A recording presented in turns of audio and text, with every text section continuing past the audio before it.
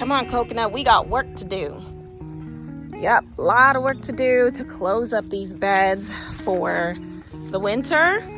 I know not everybody has winter right now, but I'm going to show you what I will be doing to prepare.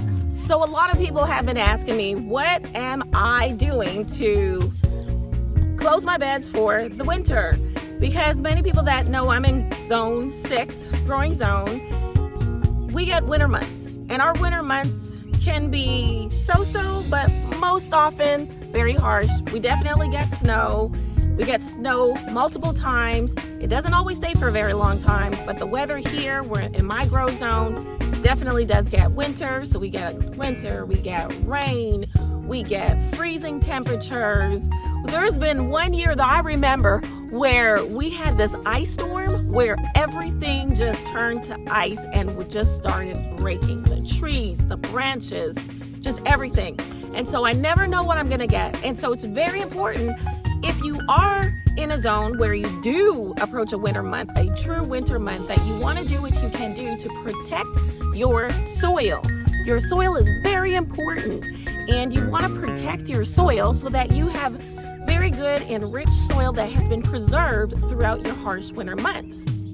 Now, I know some of you don't have winter months and you may be in more tropical zones, because I understand many of you that are following me are from all over the world. But your soil still needs to be taken care of, because as you're planting, those plants are wicking up and eating up all those nutrients and the nutrients that's in there.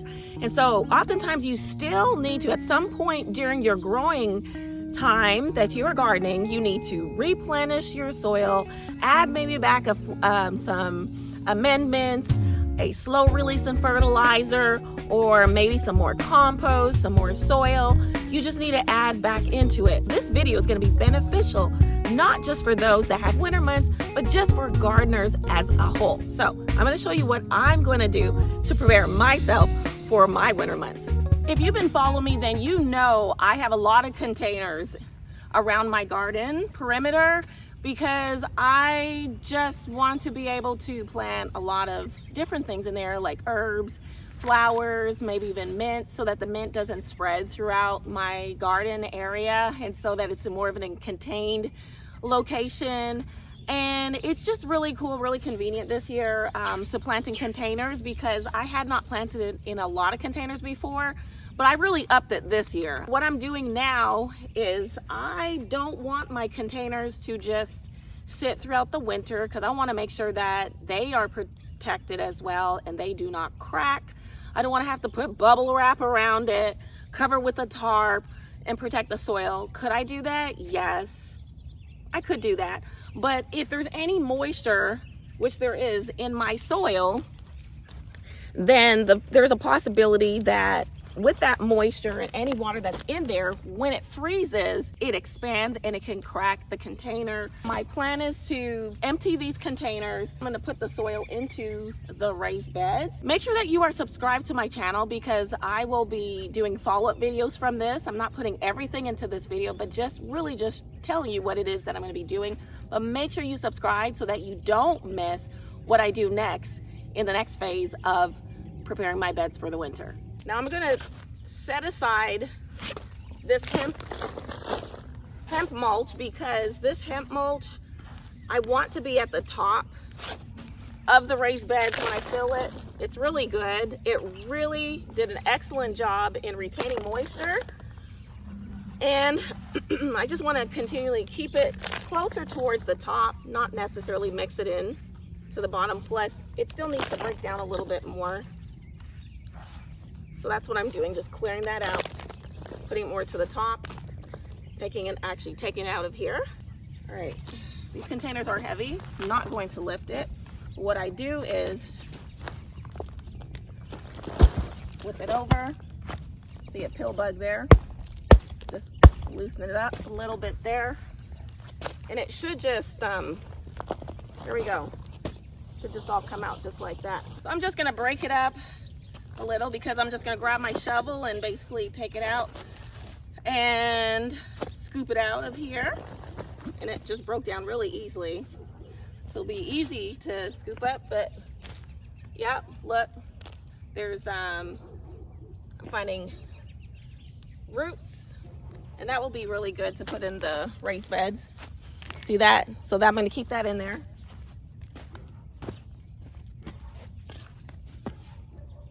And there was a lot of moisture in here. I can feel it. There's a lot of moisture, and so this is a good thing that I'm just kind of taking this thing apart right now, because there may have been an issue with expanding in the container.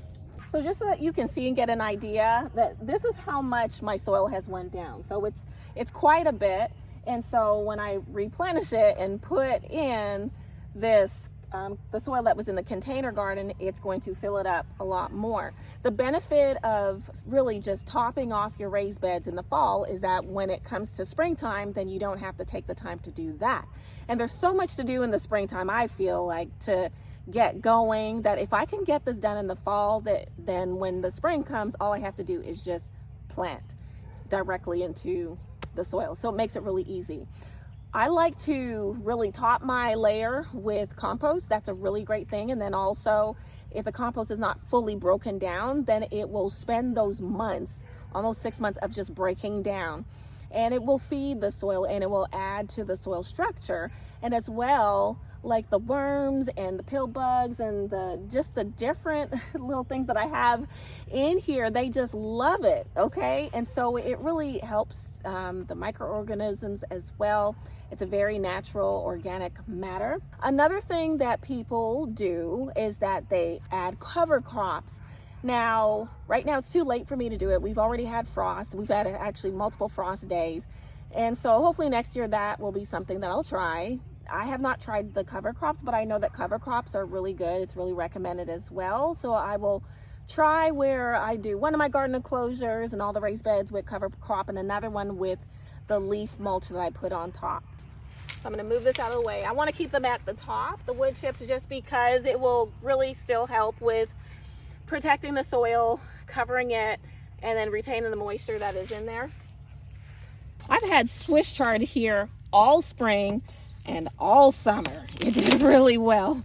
So I was able to harvest so much. I can just drop this in the compost, and if it was looking a little bit better than that, I could even just cook it. But this is going to go in the compost, see? And then it just feeds the soil. If I wanted to even drop some of this, mix it into, here, the raised bed, I could, but I got a compost and that's where I'm going to put it. There's different ways that people compost. Some compost directly into their soil. Some do in compost bins.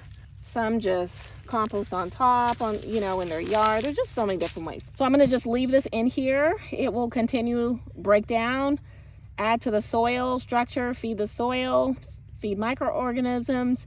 And so you don't need to pull it out. It will also help with, just still helping to break up that soil that is below. It will help with that because there's a lot of roots in there. But so I'm just going to leave that in there. I will talk more about composting in another video. There it goes. And this is the last scoop. So I've been scooping it. So now all I need to do is just spread it out evenly.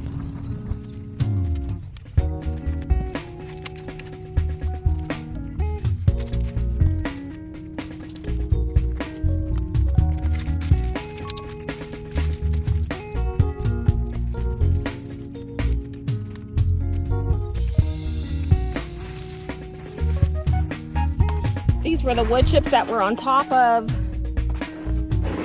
the soil in the containers. I'm now going to put this on top of the raised bed. Nothing is going to go to waste here.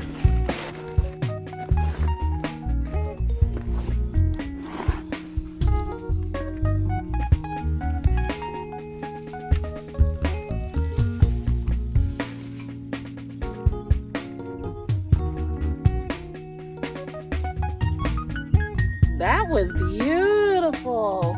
Did you see that that yellow butterfly? Nature is just so beautiful. Just stop, just take a moment to enjoy it. It just reminds me that I'm hopefully creating an environment where nature can reside here and just live and do their thing. That was really beautiful. What a reminder. that is it. So it is completed, and I am happy with how it looks and how it feels as well. The soil is like the secret sauce. It is really important that you take care of your soil. If you take care of your soil, it will help you to produce some healthy, rich plants.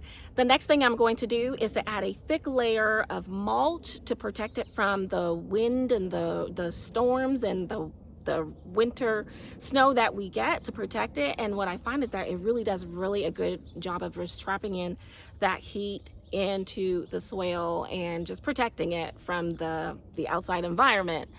Now, I was sent a message from someone in Australia, one of my followers, and one of my followers was mentioning how they're experiencing drought. So if you're in a tropical zone, or if you're in a zone where you have you're still experiencing hot weather and you do all year, you still need to protect your soil. You need to cover it maybe with a mulch, a leaf mulch, grass clippings, whatever you need to do to muster up together to protect it, because your soil is very important and you don't want it losing its nutrients, drying out to the point where it cannot provide the nutrients and it can't provide the nice, rich environment that your plants need. Now, if you're in a drought, that's an unfortunate situation. It's a little bit different, but you just want to do as much protection as much as possible. But I hope this video was helpful, and just to make sure that you subscribe, because I'm going to have other follow-up videos from this, especially when I'm dealing with adding leaf mulch, and then I'm going to get into composting and a couple of different ways of composting. So make sure that you follow me and give me a thumbs up if you like this video, and just remember to grow leafy, and I'll see you all next time. Bye.